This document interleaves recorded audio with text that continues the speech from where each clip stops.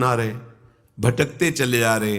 कोई भाग्यशाली सत्संग के प्रभाव से अपने लक्ष्य को दृढ़ कर पाता है। ये विशेषता से बात समझ लो।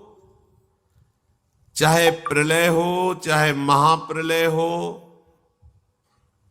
भगवान के सिवा तुम्हें विश्राम मिलने वाला नहीं। प्रलय हुआ, ब्रह्मा में समिट गए। महाप्रलय हुआ, ब्रह्मा सहित प्रकृति में, प्रकृति परमात्मा में। फिर समय आया, फिर प्रकृति से ब्रह्मा, ब्रह्मा से संपूर्ण सृष्टि। ब्रह्म मूल प्रकृति, त्रिगुणात्मिका प्रकृति, महातत्व अहंकार, सृजन प्रारंभ, फिर लय, उल्टी रीत। कब तक ये चलता रहेगा? आप थकते नहीं है सोचकर? बार बार जन्म, बार बार मरण, बार बार भोग, बार बार चाह, मलिन हृदय इसलिए नहीं थकते हो।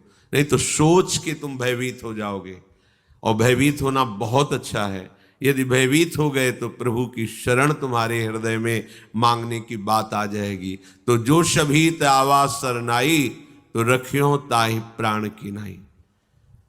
बड़े कृपालु प्रभु हैं, जिनको यहां विषम परिस्थिति देकर के साधु संग दे देते हैं। बड़ी कृपा समझो।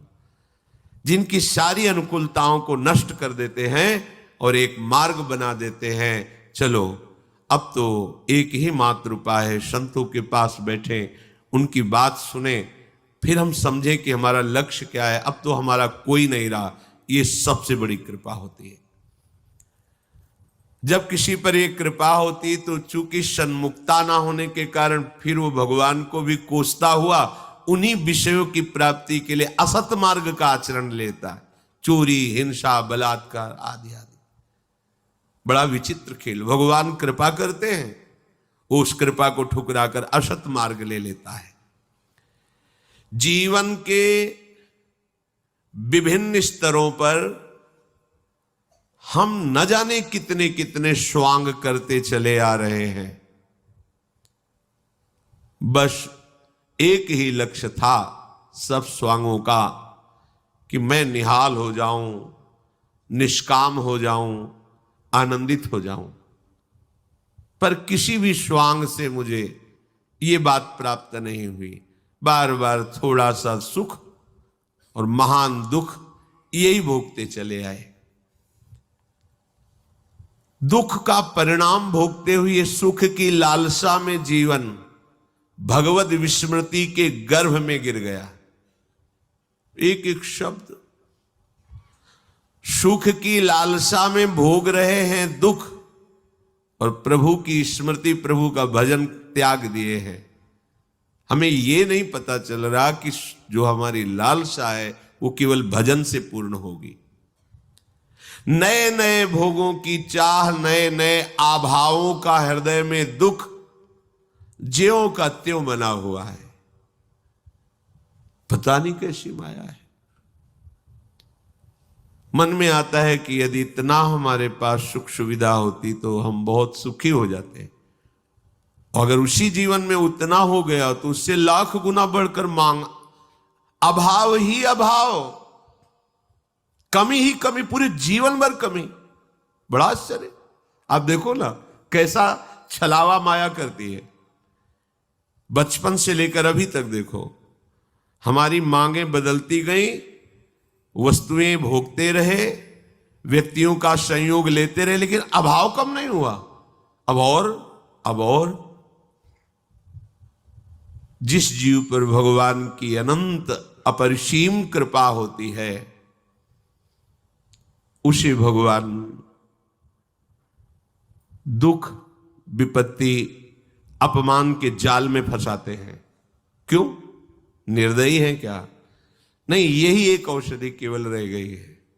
मनुष्य शरीर दिया, बड़ी अनुकूलताएं दी, फिर उसी में फंस गए तुम। अब क्या करें? ये कड़वी औषधि है पर अमोघ है। चाहे जितना उछल कूद मचाओ, कृपा समुद्र प्रभु ने अब तुम पर कृपा कर दी। अब तुमको भजन करना ही पड़ेगा। तुम्हारे लिए अब कोई रास्ता नहीं। एक बार कोई महापुरुष किसी उपासक से कह रहे थे, तुम लिख लो कागज में, तुम्हारे भाग्य में विषय सुख नहीं है। अगर तुम विषय सुख के लिए चेष्टा करते हो तो मारे जाओगे। लिख लो, तुम्हारे भाग्य में नहीं, तुम्हारे भाग्य में भगवत सुख है। इसे श्राप मानोगे या वरदान मानोगे? उन्होंने क्लियर कर दिया, है ही नहीं तुम्हारे भाग्य में विषय सुख। कुछ भी करके देख लो, करोगे तो मारे जाओगे। मारे जाओगे अर्थात तुम्हारी वृत्ति मारी जाएगी। उसके लिए प्रयास मत करो। तुम्हारे सुख में भगवत सुख है, तुम्हारे भाग्य में भगवत सुख है। रहस्य न समझने के कारण लगता है देखो ऐसा कह दिया, तुम्हारे भाग्य में विषय सुख है ही नहीं।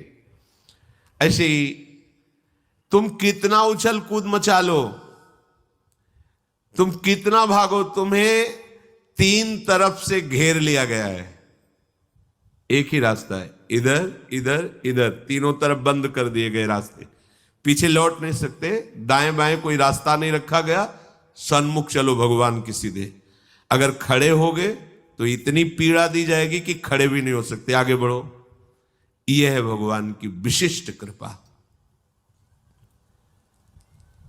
चाहे जितना तुम प्रयास कर लो, यदि भगवत कृपा हो गई तो तुम्हें भजन करना ही पड़ेगा, भगवत प्राप्ति होगी ही तुम्हें।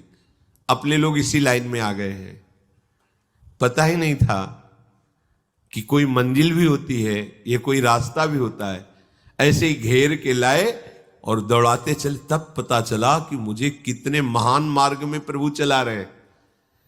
अब इसमें ऐसी प्रतिकूलताएं भी आती कि पीछे मुड़ के देखो तो कुछ है ही नहीं, बंद है, साइड में कोई है ही नहीं, आगे का रास्ता बड़ा खुला हुआ है, खड़े हो नहीं सकते।